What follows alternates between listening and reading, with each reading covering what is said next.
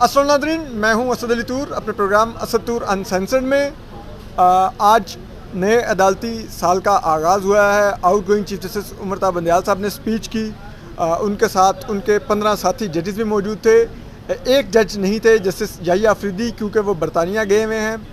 तो उस पर भी बताएंगे आज की इसमें क्या उन्होंने अहम बातें कहीं, अटॉर्नी जनरल ने क्या कहा, सुप्रीम कोर्ट बार ने क्या कहा। लेकिन सबसे पहले जो हम बात करेंगे, हमारे साथ मारूफ कानूनदान, पाकिस्तान के साबिक जज भी रहे हैं, सुप्रीम कोर्ट बार के सदर भी रहे हैं, रशीद रिजवी साहब मौजूद हैं। रशीद रिजवी साहब बहुत ही लॉयर कम्युनिटी में एक क्रेडिबल नाम है और ये बहुत बड़ा नाम है। इनकी साख है, जो इनकी जद्दोजहद है अदलिया की आज़ादी के लिए, वो किसी से छुपी भी नहीं। 2007 की लॉयर्स मूवमेंट से लेके आज तक रशीद रिजवी साहब अपने स्टांस के लिहाज से कंसिस्टेंट रहे हैं।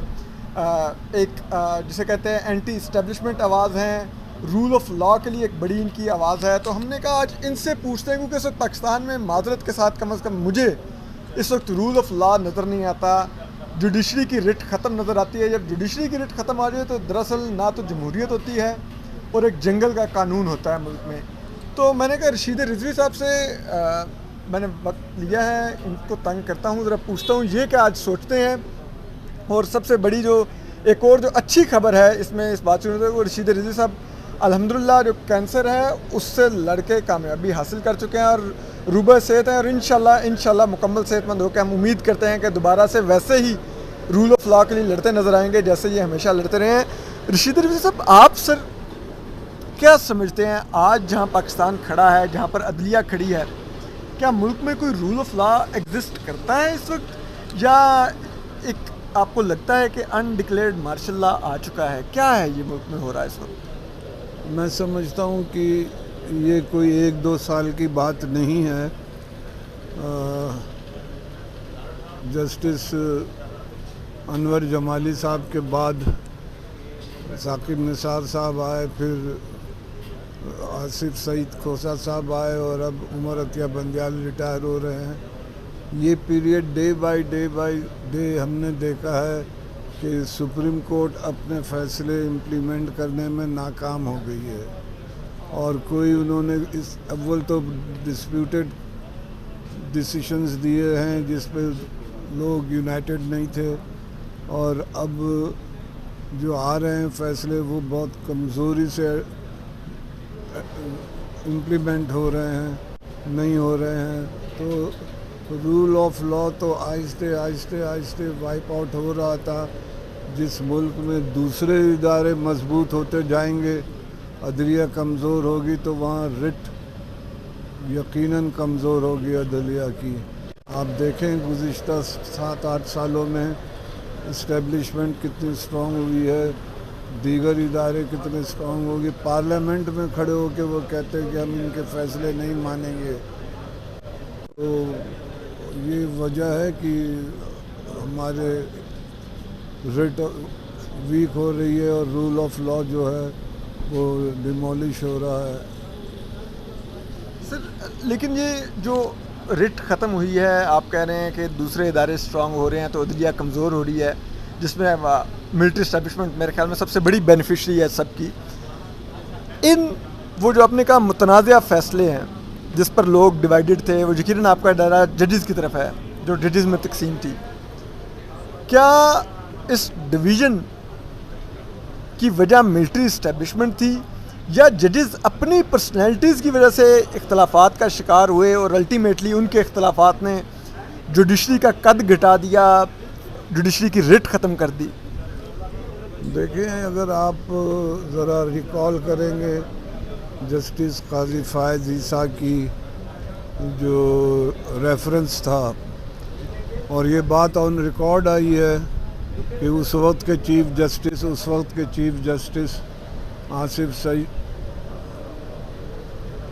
सईद खोसा साहब ने काजी फ़ायज़ ईसा साहब को एक दिन अपने चीफ जस्टिस हाउस में बुलाया और लॉन में टहलते हुए कहा कि वो जो धरना केस है उसके रिव्यू में अगर वो कुछ अपने स्टांस को पोलाइट कर लें तो इदारे खुश होंगे, जिसमें उन्होंने डिनाई किया और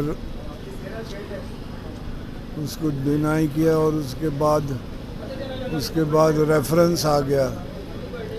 یہ چیز نوٹ بھی کی ہے عمر عطیہ بندیال صاحب نے اپنے فیصلے میں.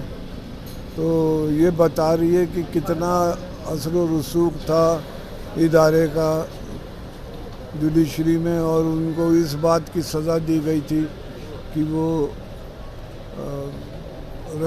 ریویو کر لیں وہ فیصلہ. تو یہ بتاتے یہ کمزوریاں ہیں ہمارے ادارے کی, ہمارے کچھ سینئر ججز کی کمزوریاں ہیں. اور جس انداز سے پھر کھوسا صاحب نے وہ ڈیل کیا باجوہ صاحب کی ایکسٹینشن والے مہاتر کو, تو لوگوں کا کانفیڈنس تو ختم ہوتا جا رہا ہے جوڈیشری پہ. اب لوگوں کو کوئی بہت امید نہیں ہے, حالانکہ قاضی فائز عیسیٰ بھی آ رہے ہیں, لیکن اب بھی میں دیکھ رہا ہوں لوگوں میں نا امیدی ہے کہ شاید کچھ بہت ہی انقلابی چینج آئے گا. رشید رضوی صاحب, کیا آپ سمجھتے ہیں کہ جسٹس قاضی فائز کے خلاف جو ریفرنس تھا اور جو آپ نے خود وہ سابق چیف جسٹس آصف سعید کھوسا کا واقعہ بھی کوٹ کیا, کیا آپ کو لگتا ہے کہ اس ریفرنس میں جہاں پہ ملٹری اسٹیبلشمنٹ جنرل باجوہ اور جنرل فیض حمید انوالو تھے, وہیں پہ سپریم کورٹ کے اندر سے بھی ججز انوالو تھے, جیسا کہ جسٹس آصف سعید کھوسا, جسٹس ثاقب نثار, یہ جسٹس اجمل سعید شیخ, یا یہ ابھی موجودہ چیف جسٹس بھی, کیا یہ لوگ بھی تھے کہیں نہ کہیں اس میں انوالو؟ ان لوگوں کی انکلائنیشن تھی جو ملٹری اسٹیبلشمنٹ جسٹس قاضی فائز کو ہٹانا چاہتی تھی؟ جو سینئر ججز تھے نیچرلی وہ انوالو ہوں گے, بغیر ان کے نہیں ہوتا ہے. دیکھیں نا جسٹس شوکت عزیز صدیقی کا بھی کیس دیکھے, بغیر ایویڈنس ریکارڈ کرے اپارچونیٹی دیے ہوئے انہوں نے فیصلہ کر دیا. یہ بھی تو دیکھیں جاتی ہے, اور پورے 3 سال سے وہ نہیں لگ رہی ہے پٹیشن, وہ ریٹائر ہو گئے, سب کچھ ہو گیا. صرف انہوں نے جو باتیں کہی تھیں وہ اسٹیبلشمنٹ کو پسند نہیں تھی اور ججز اسے ختم نہیں کرنا چاہتے تھے. اچھا رشید رضوی صاحب, آپ اب جو ان کمنگ جسٹس قاضی فائز عیسیٰ ہیں, آپ کیا امید رکھتے ہیں کہ کیا ان کو کرنا چاہیے, ان کو عدلیہ کی ڈویژن ختم کرنے پر فوکس کرنا چاہیے, یا ان کا فوکس یہ ہونا چاہیے کہ اب انہوں نے اپنے فیصلوں پر نہ صرف عمل درآمد کروانا ہے, بلکہ انہوں نے جو ملک میں ایک جوڈیشری کی رٹ ختم ہوئی ہے اس کے لیے آپ کیا سمجھتے ہیں, کیا اقدامات ان کو لینے چاہیے؟ یا آپ کو لگتا ہے کہ وہ بھی وہ جس طرح افتخار چودھری آئے تھے تو وہ ایک پاپولزم کا شکار ہو گئے تھے؟ کیا آپ دیکھتے ہیں؟ میں سمجھتا ہوں کہ جسٹس قاضی فائز عیسیٰ کو سب سے پہلے جو ہے اپنی رینک اینڈ فائل کو یونائٹ کرنا پڑے گا, اس کے بغیر وہ آگے چل نہیں سکتے ہیں. ڈیوائیڈڈ سپریم کورٹ کو لے کے وہ کوئی کام نہیں کر پائیں گے. تو میرا ان کو دوستانہ مشورہ یہی ہوگا کہ لوگوں میں پہلے یہ پولرائزیشن ختم کریں اور پھر وہ جائیں ایسے آرڈرز کی طرف جسے وہ امپلیمنٹ کرا سکتے ہوں. اچھا رشید رضوی صاحب, آپ کا سمجھتے ہیں ملک میں جس انداز میں عدلیہ ایک بیک فٹ پر ہے, سیاسی جماعتوں کا قد گھٹا دیا گیا ہے, اور ملٹری اسٹیبلشمنٹ جس طرح مرضی چاہے آئین اور قانون کو ٹوسٹ کر کے لوگوں کو جیلوں میں ڈالے, ملٹیپل مقدمات میں جیلوں میں ڈالے, کیا آپ کو لگتا ہے کہ یہ وہ وقت آ گیا ہے جہاں پہ اب ایک نئی لائرز موومنٹ کی ضرورت نظر آ رہی ہے؟ میں سمجھتا ہوں کہ وکلا کو اور سول سوسائٹی کو 2007 کی طرح یونائٹ ہونا پڑے گا. بغیر یہ جب تک سول سوسائٹی, وکلا, جرنلسٹ, صحافی, یہ لوگ اگر یونائٹ نہیں ہوں گے اس وقت تک میں سمجھتا ہوں کہ کوئی بات نہیں بنے گی. اور میں ایگری کرتا ہوں کہ 2007 والا رول ریپیٹ کرنا چاہیے بار کو. اب آپ نے رشید رضوی صاحب ایک طویل جدوجہد کی ہے, آپ پاکستان کی تاریخ کے سے واقف نہیں, شاہد ہیں اس کے. آپ نے کبھی اتنی स्पेस सिविलियंस की, डेमोक्रेसी की, पॉलिटिकल स्पेस, जुडिशल स्पेस इतनी इंक्रोच हुई हुई देखी है मिलिट्री एस्टेब्लिशमेंट के हाथों अपनी ज़िंदगी में कभी इससे पहले? जी नहीं, कभी नहीं, कभी नहीं। और मुझसे भी किसी और सहाफ़ी ने भी इस किस्म का सवाल पूछा था। मैंने उसको यही कहा है कि स्कूल कॉलेज लाइफ टाइम में हमने ख्वाब देखे थे, हमें दिखाए गए थे कि जी माशरा ऐसा होना चाहिए, जुडिशल सिस्टम ऐसा होना चाहिए। उसके लिए लड़ते रहे और इम्प्रूवमेंट की बजाय हमें जो है रिवर्स में हम जाते रहे। आज हम जो है वो 58, 68 से भी बदतर हाल में हैं, पॉलिटिकली भी, इकोनॉमिकली भी, मॉरली भी, सोशली भी। तो ख्वाब देखते आए हैं, ख्वाब देखते रहेंगे, पूरे तो नहीं होते नज़र आते। आखिरी सवाल, ये फ़ौज का काम है ये SIFC जैसे इदारे बनाना, हम इन्वेस्टमेंट लाएंगे, हम ये करेंगे, ये जो अभी जो कुछ हो रहा है, क्या आपको लगता है कि ये फ़ौज का आईनी किरदार बनता है ये सब कुछ करना? नहीं, कभी नहीं। आइन में तो कहीं इनका जिक्र नहीं है। जो इनका कॉन्स्टिट्यूशन में जो फ़ौज के लिए आया है कि they will be under the command and control of federal government, लेकिन तजर्बा ये बताता है कि federal government is under control and command of military. The whole country is now in the control and command of कम से कम ऐसे ही लग रहा है। बिल्कुल बिल्कुल। बहुत शुक्रिया रशीद रिजवी साहब, बहुत शुक्रिया आपके वक्त का। रशीद रिजवी साहब हमारे साथ थे, आपने उनकी बातें सुनी। मैं तो चलें एक मामूली सहाफ़ी हूँ, मेरी हो सकता है राय में गलती भी हो सकती है, लेकिन अगर इतनी बड़ी शख्सियत भी कह रही हैं कि मुल्क में जो कुछ हो रहा है वो अनप्रेसिडेंटेड है, सियासी तौर पे, जमहूरी तौर पे, अदलिया के साथ, सिविल सोसाइटी के साथ जो तमाम रिट है वो ख़त्म हो चुकी है। हम आपको चलते चलते ये भी बता दें कि आज चीफ जस्टिस उमर बंदयाल साहब ने भी अपनी स्पीच में जो इजहार ख्याल करते हुए एक बात उन्होंने कही कि सब कुछ ठीक जा रहा था, लेकिन जब फरवरी 2023 के बाद से जब अहम आइनी अमूर उनके इशारे जो पंजाब और KP में इलेक्शन के केसेस की तरफ थे, उन्होंने कहा वो केसेस जब आए तो उसके बाद हालात ख़राब होने लग गए।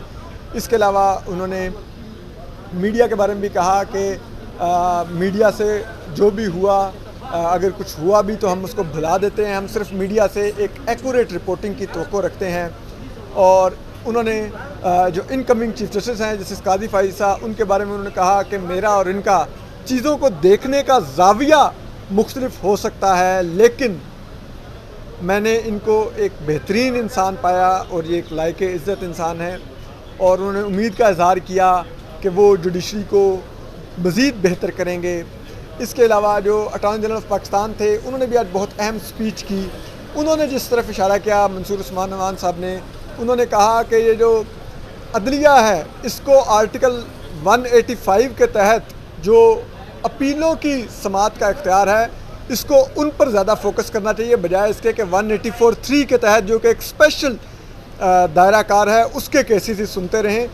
और उन्होंने कहा कि अगर जजेस अपीलों वाले केसेस सुनेंगे तो फिर जो बैकलॉग है वो 56,000 केसेस तक नहीं पहुंचेगा। इसके अलावा जो सुप्रीम कोर्ट बार के सदर आबिद ज़ुबैरी थे, उन्होंने भी अहम गुजारिशात की।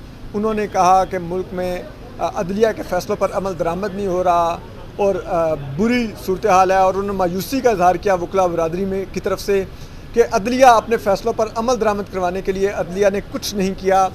इसके अलावा उन्होंने आर्मी एक्ट और ऑफिशियल सीक्रेट एक्ट को जवाज़ बना के शख्सी आज़ादियों को कुचलने की जो इस वक्त एक मुल्क में एक बज़ाहिर एक क्रैकडाउन जारी है, उसकी तरफ भी इशारा करते हुए उन्होंने कहा कि अदलिया को इसको नोटिस लेना चाहिए और लोगों के बुनियादी हकूक़ का तहफ़्फ़ुज़ करवाना चाहिए। और इसके अलावा उन्होंने सबसे जो अहम इशारा किया वो था कि अदलिया को इंश्योर करना चाहिए 90 दिन में आम इंतखाबात।